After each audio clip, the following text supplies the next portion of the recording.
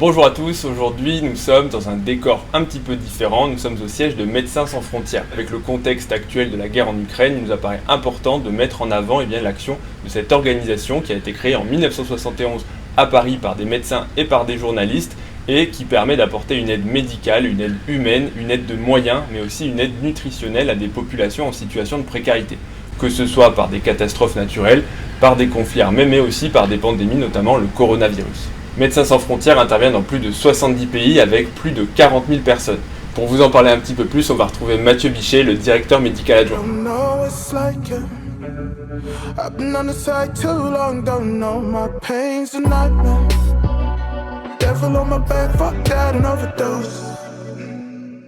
Rebonjour, on est en compagnie donc de Mathieu Bichet qui est le directeur médical adjoint. On va te laisser te présenter. Merci déjà de nous avoir reçus. Si tu peux nous donner quelques infos sur ton parcours, ta fonction, ton rôle au sein de Médecins sans frontières.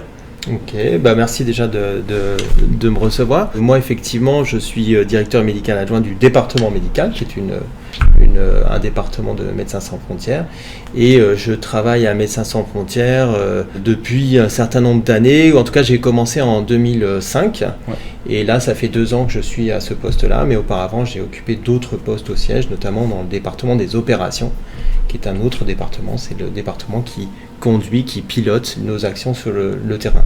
Le département médical, on est un département qui supportons les opérations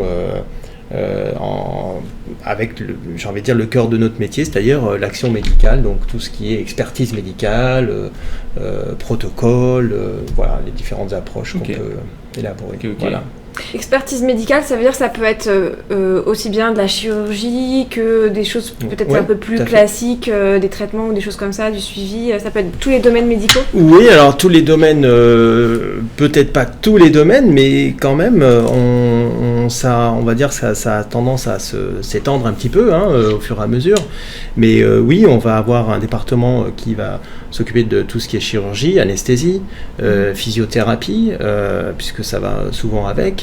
On a aussi un département qui s'occupe plutôt des maladies chroniques, donc aussi bien les maladies transmissibles comme le VIH, la tuberculose, l'hépatite C, mais aussi les maladies non transmissibles qu'on voit de plus en plus. Et puis bien sûr, on va dire ce qui est pour nous assez classique, le paludisme, la malnutrition, donc la pédiatrie de manière générale. Donc voilà, il y a un ensemble, il y a un panel en fait qui correspond un peu à ce qu'on trouve sur nos terrains. Oui, c'est vrai qu'il y a toujours les maladies chroniques, comme tu dis, le paludisme en Afrique, c'est pas nouveau, ça a toujours existé. Et finalement, il y a toujours besoin d'une action. C'est pas parce que nous, on est là, il y a le contexte de la guerre en Ukraine, donc c'est une grosse actualité. Mais finalement, il y a toujours le paludisme en Afrique. Et il y a toujours en fait la malnutrition et pas mal de pathologies. Donc c'est vrai que comme tu dis, en fait, il faut pas oublier les autres parce qu'il y a une actualité un peu chaude, un conflit ou une situation de crise à un endroit. Bien sûr, nous on intervient effectivement dans les situations de crise, donc on se mobilise, donc typiquement actuellement pour l'Ukraine. Mais par ailleurs, on a tout un tas de missions, on appelle ça des missions, mais d'activités qui sont régulières, qui sont continues, on va dire, dans des zones où finalement il n'y a pas d'accès aux soins, ou alors des zones où il y a des pathologies comme le paludisme qui sont endémiques, qui sont très impactantes sur la population, notamment la population infantile, etc. Donc ça, c'est nos programmes réguliers qui sont effectivement continus. Ouais, donc des actions finalement continues et renouvelées en permanence. Ouais. En fonction de quoi vont être déterminées justement les priorités ? Parce que j'imagine on doit être rapidement tenté d'intervenir dans plein de pays, plein de situations et pour plein de thématiques différentes. Par rapport à quoi vous déterminez les priorités en fait ? C'est une bonne question, c'est assez complexe.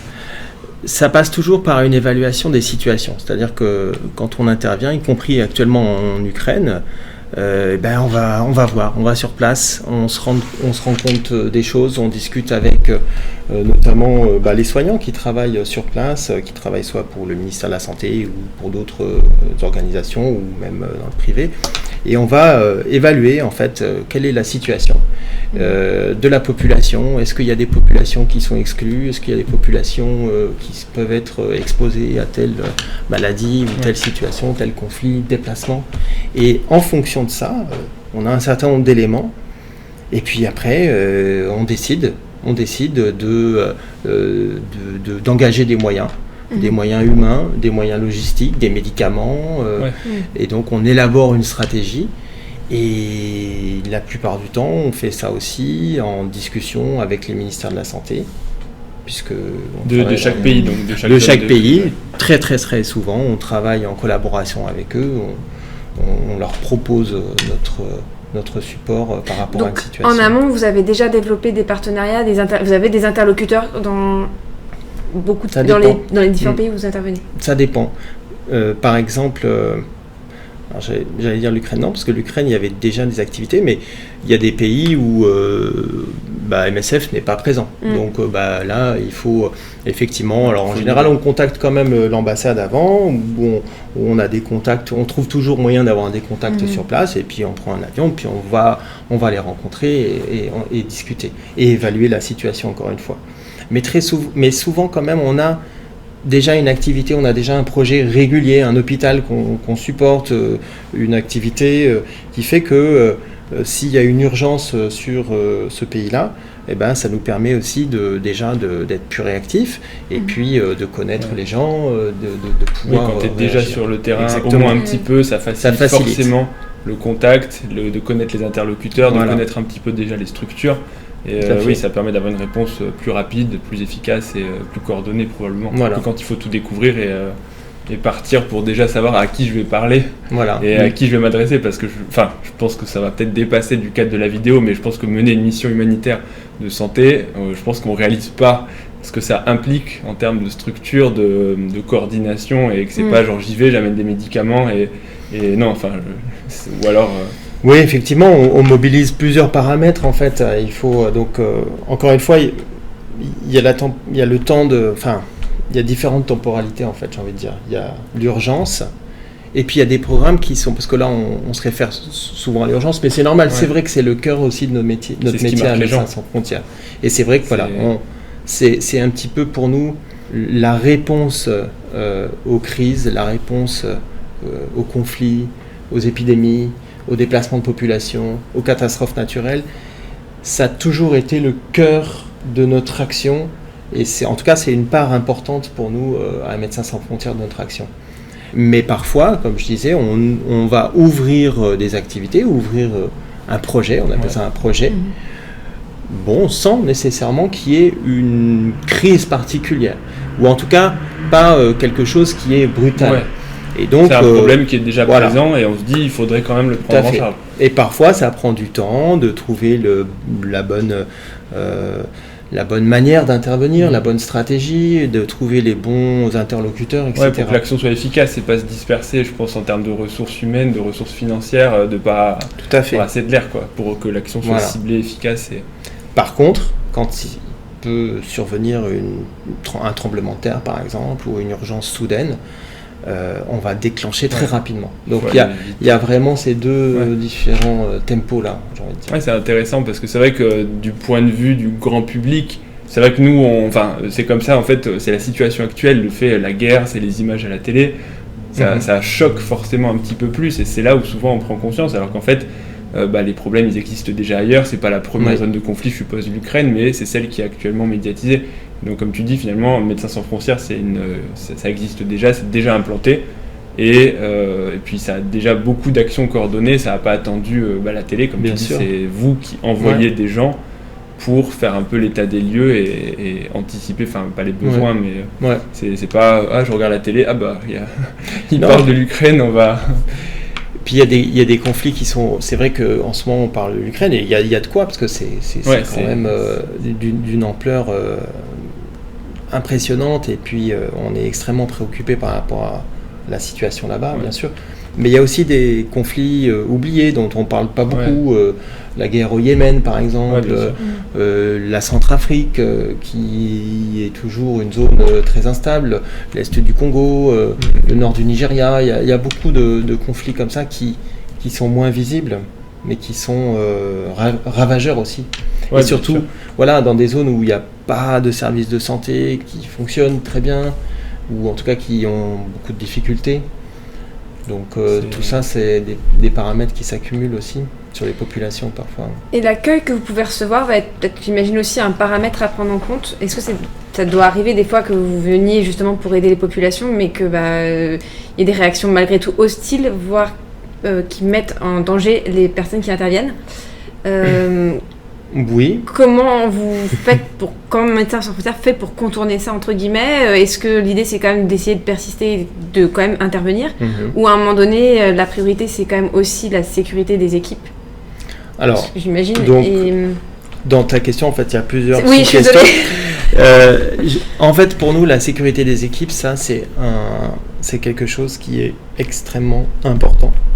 Et c'est un paramètre pour lequel on va mettre énormément d'énergie pour essayer d'éviter effectivement que nos équipes, que ce soit le personnel international, c'est-à-dire pour appeler expatriés, mais aussi le personnel national, parce que ça, on n'en a pas parlé, mais on travaille surtout avec du personnel national, des gens qui sont du pays, et ben on va tout faire pour pas les exposer évidemment à ce risque. Même si évidemment, on travaille dans des zones où on peut être exposé à des groupes armés, à du banditisme, parce que, par exemple, il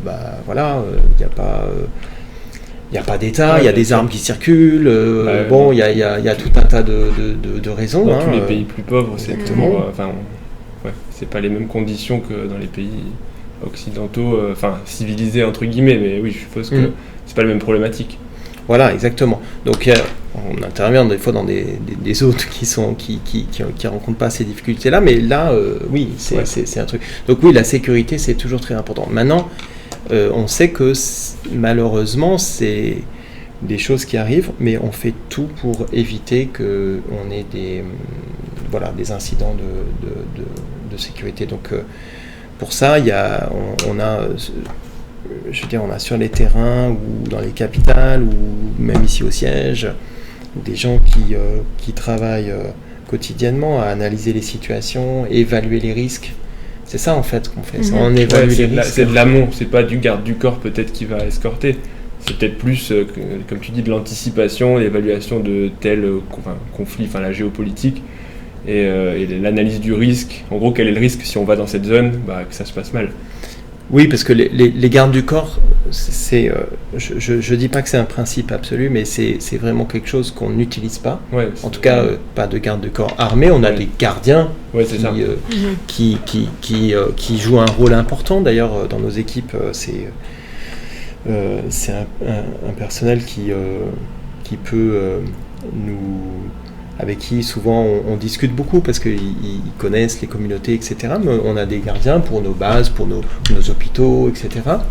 Mais des gardes du corps armé, j'ai envie de dire que c'est presque... ça n'existe pas pour nous. On n'est pas dans les films, quoi. On n'a pas ça. Mais par contre, bien sûr, on va prendre des mesures de sécurité. On a par exemple très souvent dans les zones qui sont à risque, on a ce qu'on appelle des safe rooms, des pièces qui sont un peu plus protégées au cas où justement, comme on peut le voir beaucoup en Ukraine actuellement, des bombardements, des balles perdues, des choses comme ça. Donc on a ce type de mesures dans beaucoup de nos projets, si c'est indiqué bien sûr, si c'est pas indiqué, pas nécessaire, mais si c'est indiqué, on va avoir ce type de mesures. Mais sinon, c'est beaucoup plus, en fait, à travers, ça rejoint le début de ta question, c'est à travers notre action qu'on se fait accepter et qu'on réduit le risque, en fait. Oui. On travaille, donc on a une certaine légitimité, notre présence est légitimée par rapport à notre travail, et ça, c'est important pour nous. Et d'entretenir sa présence en amont, pour le jour où il y a besoin. Et on explique, et on s'identifie aussi. Très souvent, on voit les logos, etc. C'est pas que pour faire de la pub, c'est pour bien expliquer, attention, nous sommes Médecins Sans Frontières, voilà. Puis leur montrer que peut-être ils n'ont pas intérêt à vous attaquer non plus, parce que c'est priver leur population de ressources, de soins médicaux. De soins, tout à fait. Personne n'a intérêt de ça, quoi. Exactement. Je pense qu'une partie de notre sécurité est garantie, c'est toujours un mot qu'il faut prendre avec des guillemets, parce que c'est pas le cas, mais en tout cas, et du fait de notre travail, et qu'on soit reconnu par les populations. Après, ça peut arriver que, en dehors de ce type de contexte-là, qu'une population ne comprenne pas ou soit très effrayée. Par exemple, dans les cas d'Ebola, par exemple, dans les épidémies d'Ebola, on ouvre un centre Ebola, ils vont être effrayés, le voisinage, mais on peut comprendre finalement. C'était la même chose à l'hôpital. Hein. Quand on a vu à Bichat, j'étais en réanimation à ce moment-là, ils avaient ouvert 2 chambres spéciales Ebola. Les gens c'était oh là là, ça veut dire que s'il y a du Ebola, ça va être ici. Donc en fait, c'est humain en fait. Exactement. Se dire, Exactement. Et parfois, parfois effectivement, on peut avoir un accueil mitigé à ce niveau-là, mais on va essayer autant que possible de discuter avec la population, d'expliquer, d'essayer d'être transparent par rapport à notre activité et surtout de bien recevoir les malades, de prendre bien soin d'eux en fait, ce qui est de toute façon notre cœur de métier, notre rôle. Ouais, c'est... Oui, j'avais pas en fait, autour des médecins, il y a toute une structure qui est beaucoup plus importante que ce qu'on peut imaginer. Il y a le médical, mais il y a tout ce qui va être en amont effectivement pour préparer, mais autour pour communiquer du coup, sensibiliser et faciliter aussi l'installation technique, parce que je pense qu'il y a aussi l'approche au-delà humaine, il y a aussi tout ce qui est technique aussi du coup à mettre en place. Oui, alors ça, même si Médecins sans frontières s'appuie sur les structures qui sont peut-être déjà présentes, mais elles sont peut-être pas toujours suffisantes. Oui, alors c'est vrai. Alors déjà, effectivement, tu dis les médecins, c'est les soignants parce que on travaille beaucoup avec les infirmiers, avec on a parlé tout à l'heure les kinés, il y a toutes finalement c'est Médecins sans frontières, mais c'est beaucoup plus large en fait. Voilà, c'est beaucoup plus large. On a bien sûr ça, mais effectivement autour des soignants, il y a toute une la logistique. Donc effectivement, on va avoir donc ce département logistique qui va s'occuper de tout ce qui est énergie. D'ailleurs, en ce moment, on voit en Ukraine que c'est une des préoccupations, c'est que que va-t-il se passer quand il n'y aura plus d'électricité, comment vont fonctionner les hôpitaux. Donc nous, on agit souvent dans des zones où il n'y a pas d'électricité, où il faut amener nous-mêmes. Donc il y a l'énergie, il y a les bâtiments, il y a les transports, et puis il y a le fret, approvisionner les médicaments par exemple. Voilà, donc ça c'est par exemple c'est ce que le travail de la logistique. Mais on a aussi des administrateurs, les contrats. Il faut payer les gens, il faut avoir c'est comme une grande entreprise en fait. Tout à fait. C'est la même logistique. En mode projet à chaque fois du coup pour chaque intervention. Alors voilà, donc après on a organisé d'une façon qui est toujours un peu la même, c'est-à-dire qu'on a des coordinations qui sont presque tout le temps basées en capitale, sauf là par exemple en Ukraine, c'est pas à Kiev mais c'est à Lviv. Mais sinon, la coordination est en capitale. Et puis ensuite, on a des projets qui peuvent être n'importe où en capitale aussi, mais surtout souvent dans la campagne, loin, dans d'autres sites. Et donc, ces projets-là s'appuient sur une équipe de coordination en capitale qui va leur donner le support nécessaire, piloter aussi les projets. Mais chaque projet a son autonomie. Et dans chaque projet, on retrouve les corps de métier qu'on a décrits là. C'est-à-dire la logistique, l'administratif, les médicaux. Voilà, tous ces corps de métier sont représentés à chaque fois. Donc c'est un peu comme ça qu'on fonctionne dans la plupart du temps. D'accord. Et alors juste, je vais revenir, j'en profite puisque tu parles de tous les corps de métier. Je voulais te poser la question, du coup, c'est quoi ton parcours médical et comment t'en es arrivé à te dire je vais devenir, Médecins sans frontières, en tout cas je vais partir faire des missions. Parce que c'est pas du tout dans le cursus médical en fait, on n'apprend pas ça. Tout au plus, il y en a qui font des stages à l'étranger, qui vont faire des missions humanitaires. Mais ça a été quoi ta vocation ? À quel moment tu t'es dit je vais partir dans une zone pour aider les gens défavorisés ? Donc moi, mon parcours personnel, moi je suis médecin généraliste, mais effectivement, moi j'ai eu cette vocation. J'ai eu cette envie de manière assez précoce, on va dire. J'étais assez jeune quand, je sais pas... C'est l'externat, juste pour... Non, c'était avant ça. Avant ça, ouais. Je pense que j'étais même presque au collège, quoi. Donc, Ah ouais, d'accord. Donc c'est la vocation. La vraie vocation. Voilà. Donc ça, c'est chacun son truc. Donc voilà. Chez nous, on a tout un tas de... C'est ça qui est extraordinaire, c'est que les gens ont les gens viennent d'horizons très divers en fait. Déjà, encore une fois, on a ce qu'on appelle notre personnel national il y a beaucoup de richesse en fait au travers des gens qu'on rencontre en fait. Donc le personnel national et après on a des gens qui viennent de tout horizon en fait, tout parcours, qui ont chacun une histoire propre. Pourquoi il s'est engagé, ça dépend de chacun. Voilà, moi personnellement c'est venu, comme je vous disais, c'était assez tôt. Et puis après, je me suis un peu formaté pour ça. T'as orienté du coup tes études en fonction de ça ? Oui, un peu. J'ai fait ça, j'ai fait ça. Et puis finalement, après, je suis même parti assez tôt quand j'étais interne en médecine. J'ai pris une petite dispo, je suis parti. Ça a confirmé que ça me plaisait beaucoup. Et puis ensuite, j'ai continué, même si j'ai pas fait que Médecins sans frontières depuis ce temps-là, j'ai aussi travaillé à l'hôpital, travaillé dans diverses structures. Donc, j'ai alterné au début, puis après, je me suis de plus en plus focalisé sur MSF. Et une question du coup personnelle, mais là actuellement, tu es directeur médical adjoint et tu fais encore des missions ? Alors, donc, est-ce que c'est assez... je fais... Alors, déjà, je ne fais plus de médecine, de clinique, on va dire. J'aime dire que je fais de la médecine parce que je m'intéresse à la médecine. Comme dire qu'un médecin en santé publique n'est pas en médecine, c'est un médecin. Voilà, il fait une tâche spécifique. Exactement. Mais je fais plus de clinique, en tout cas, c'est plus le cœur de mes journées. Tu coordonnes plein d'actions. Voilà, exactement. Et donc, quelle était ta question ? Ma question, c'est alors du coup, est-ce que tu fais encore des missions ? La réponse, c'est... Ah oui. Donc, en fait, je fais des visites, des missions. Je vais voir les équipes parce que c'est important qu'ici au siège, on puisse connaître les réalités. Qu'on puisse écouter les problèmes ou discuter avec eux, partager. Qu'ils ne se sentent pas isolés eux non plus aussi, mais rattachés peut-être un peu. Qui se sentent aussi, qui puissent nous dire, attendez, aidez-nous sur tel truc. Donc bien sûr... Il faudrait le dire aux hôpitaux. aux hôpitaux français. Mais bien sûr, on utilise, surtout depuis le Covid, beaucoup la visio, avant aussi, mais là maintenant, on fait beaucoup de réunions comme ça en visio. Mais quand même, il faut aller voir, il faut se rendre compte, il faut se confronter. Donc là, j'ai enchaîné quelques visites. J'étais en Haïti récemment, là, et puis au Niger. Alors, je pars sur des durées plutôt courtes par rapport à mes collègues qui, eux, vont vraiment passer du temps. En moyenne, ils partent combien de temps ? L'émission, ça peut être genre quelques mois ou des fois, c'est même sur plusieurs années Alors, engagement, la moyenne, je sais pas, mais c'est peut-être 6 mois, 9 mois la moyenne en général. C'est long, quoi. C'est pas...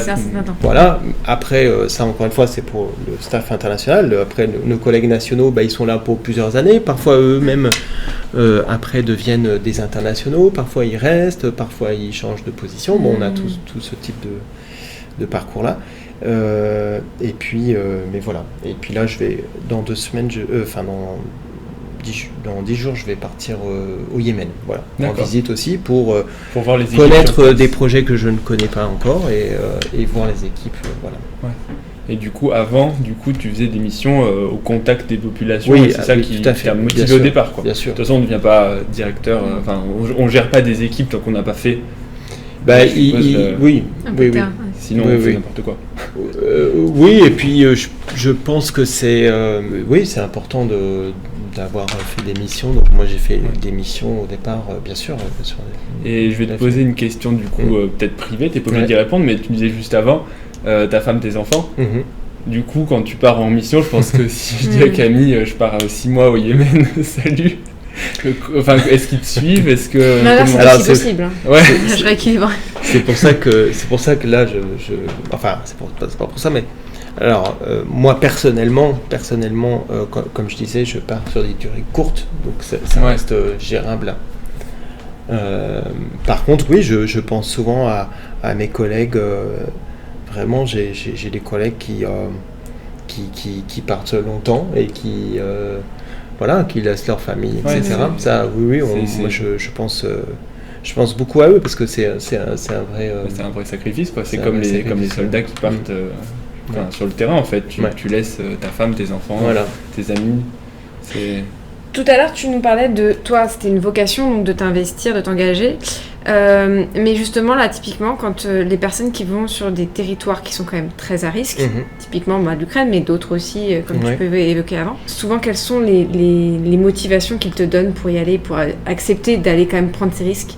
Et une autre question aussi qu'on se posait avec Paul Mathieu, c'est est-ce que ces personnes-là ont aussi un accompagnement psychologique aussi quelque part? Je peux commencer par ce deuxième point. Alors oui, on a développé. Alors ça n'a pas toujours existé, ça c'est certain, mais ça fait plusieurs années que petit à petit, même d'ailleurs ça se renforce, ça se développe, qu'on a effectivement la possibilité à toutes les équipes, encore une fois du personnel international ou du personnel national, de pouvoir solliciter un support. Donc on a même une unité qui est en charge de ça, avec des psychologues. Parfois on envoie surtout quand il y a des incidents, parce que malheureusement parfois il y a des incidents importants, graves, et donc là on déploie carrément des psychologues qui vont qui vont rencontrer les équipes et essayer déjà d'avoir un premier support, quoi. Donc oui, on fait ça. Après, la deuxième partie de ta question, elle est complexe parce qu'elle touche à l'intime de chacun. Nous, en tant qu'institution, ce qu'on souhaite, c'est que l'information soit transparente, où on explique, tu vas dans une zone où il y a des groupes armés qui sont... Donc c'est important ça d'expliquer en fait le potentiel danger et de laisser le choix. Le choix à tout moment de dire non, mais si tu le sens pas, tu pars et c'est pas grave, il n'y a pas de problème. On te trouvera vous recevez en plus les personnes avant qu'elles partent, entre guillemets, où ils ont... une formation ou quelque chose comme ça au préalable avant de partir ou de prendre leur décision de partir? Oui, alors, souvent il y a les gens ont ce qu'on appelle un briefing, on les briefe sur la situation, on leur explique. Et puis le personnel national aussi, on l'explique parce que eux, des fois c'est un peu difficile parce qu'ils travaillent dans leur pays où parfois il y a des zones qui sont déjà instables, mais en plus ils viennent travailler pour répondre aux conflits. En Haïti, j'ai vu ça, c'est très difficile, puisque c'est Port-au-Prince, la capitale. Actuellement, il y a une guerre des gangs et puis un État qui est presque inexistant. Et les équipes, ils vont à l'hôpital et puis après le soir, est-ce qu'ils vont pouvoir rentrer chez eux? Est-ce que la route va être barrée par un gang? Il faut... Et donc c'est pas facile, mais on essaye en tant qu'institution d'être... Enfin en tout cas on se préoccupe de ça, on cherche à des solutions, mais c'est pas toujours facile. Ouais, bien sûr. Mais on essaye. Ouais, c'est une question que je me posais parce que je me disais déjà en tant que médecin, mais tu connais ça aussi à l'hôpital, c'est déjà pour les gens qui sont pas du tout dans le milieu, quand tu débarques, tu es confronté à la maladie, la mort, la souffrance des gens, que ce soit la souffrance psychique, les familles aussi, c'est des situations difficiles. On s'habitue. En tout cas, on apprend à vivre avec, s'habituer, c'est peut-être difficile de dire ça, mais là tu pars carrément à l'étranger, loin de chez toi, dans des situations difficiles par la précarité. Avec une culture différente aussi, parce que ça doit jouer aussi. Ça. Et en plus, non seulement tu as la maladie, et peut-être même dans des proportions qu'on ne connaît pas ici, parce qu'on a la chance d'avoir quand même un système de santé qui marche en France très bien, ce qui n'est pas le cas de beaucoup de pays. Et du coup, tu es à la fois confronté donc à la maladie, à la mort, mais aussi à la misère en fait. Quand tu vois des populations qui n'ont rien, c'est comme si quand on avait un souci médical, on ne pouvait même pas se rendre aux urgences. Et ici en France, on a toujours quelqu'un qui va nous écouter, même si on n'a pas forcément de solution à toutes les maladies, mais tu as une prise en charge, c'est quelque chose de... Tu n'as jamais aucun interlocuteur. Alors que je pense que dans des pays comme ça, tu es malade... qu'est-ce que oui, nous, tout à fait. Bon, après, il y a vraiment des endroits qu'on qualifie, je ne sais pas si c'est le bon terme, mais on dit désert sanitaire dans le sens où il n'y a pas suffisamment. Alors, on est confronté à pas mal de pays comme ça où il n'y a pas suffisamment de structures de santé, où les hôpitaux ne fonctionnent pas parce que les fonctionnaires peut-être ne sont pas payés, parce que on voit aussi beaucoup de collègues,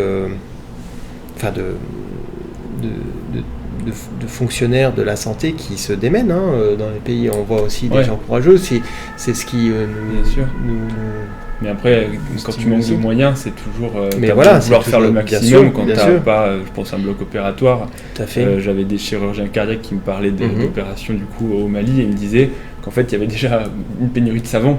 Donc ils disaient on se lavait dans une bassine. Quand tu arrives en France, tu as 3 paires de gants, tu fais tomber le matériel, on t'en redonne.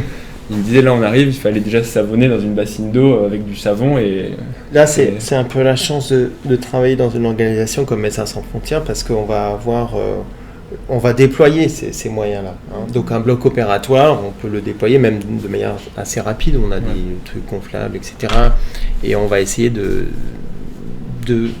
s'approcher au maximum des conditions de sécurité pour nos patients en termes de d'hygiène et puis etc. quoi. Donc c'est une chance de déployer de l'oxygène. D'ailleurs ça a été pendant le Covid l'oxygène une grande bataille, c'est comment amener de l'oxygène dans des centrales, des choses comme ça. Il a fallu déployer ça dans des endroits où finalement il y avait un peu d'oxygène mais pas du tout assez